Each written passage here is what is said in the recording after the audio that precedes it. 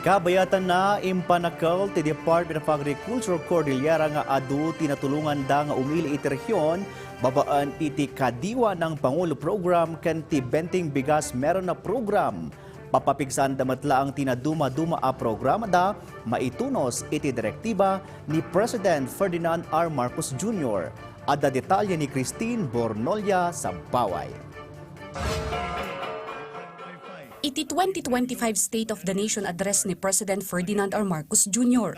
Prioridad na ti panangipanamnama ti food security iti pagilian, babaan iti panangpapigsa kadagiti programa ti Department of Agriculture. May sa dito iti kadiwa ng Pangulo nga adaan panggap amang ipaay iti nalaklaka a presyo dagiti agricultural products kas iti nateng, prutas ken dumapay. At dahil sa ilalaan nating 113 bilyong piso upang palakasin ang mga programa ng DA, ilulunsad na natin ito sa buong bansa sa pamamagitan ng daan-daang kadiwa store at center sa iba't ibang lokal ng pamahalaan. Iti Cordillera impan nakal ti Department of Agriculture Cordillera ti ginagasot a kadiwa store ken kadiwa on wheels nga insayang katda iti naduma-duma a lugar nang isayang katda pa iti kadiwa ng Pangulo iti ruwar ti rehiyon.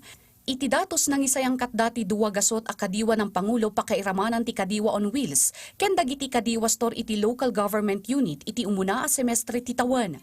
Dumanon iti 13.355 million pesos, ti birok da iti nasrok 504,000 kilos nga assorted agricultural products. Sa nga gasot upatapulo ket duwamot nga farmers cooperative and associations, ti nakipaset ken nagnumar iti daytoy.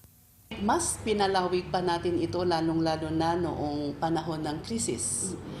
Simula ng March ngayong taon upang mas matulungan pa ang mga magsasaka na malapit at maibenta ang kanilang mga lokal na produkto kung saan ito ay mas kailangan. Yes ma'am, nakatulong po sila. Nagpapasalamat tayo sa mga LGU, Mountain Province, Benguet. Sila po ang nagsakripisyo para mabili yung mga gulay ng ating mga kasamang farmers, ma'am. Malaksid pa'y iti kadiwa ng Pangulo, pinalawak ken pinapigsada pa'y ti nakaiwaras ti Benting Bigas meron na program. Sa mga nagtatanong kung nasa na ang 20 pesos na bigas, ito ang aking tugon.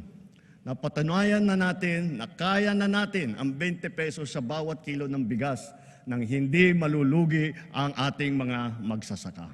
Iti datos ti ahensya dumanon iti upat apulo ket upat a sites ti agilaklako iti 20 pesos a bagas iti rehiyon. Nasurok 3 milyon na kilos a bagas ti nailako iti nasrok sa nga gasot upat apulo ket 7 a benepisyaryo. And then doon din sa P20, considering yung price ng mga commercial rice, which ay aabot sila na hanggang 50 to 60, yung P20 naman ay hanggang 20 pesos per kilo lang. So yung difference po nun ay malaking savings na yun sa kanila. Christine Bornolia sa Baway para iti Pagilian.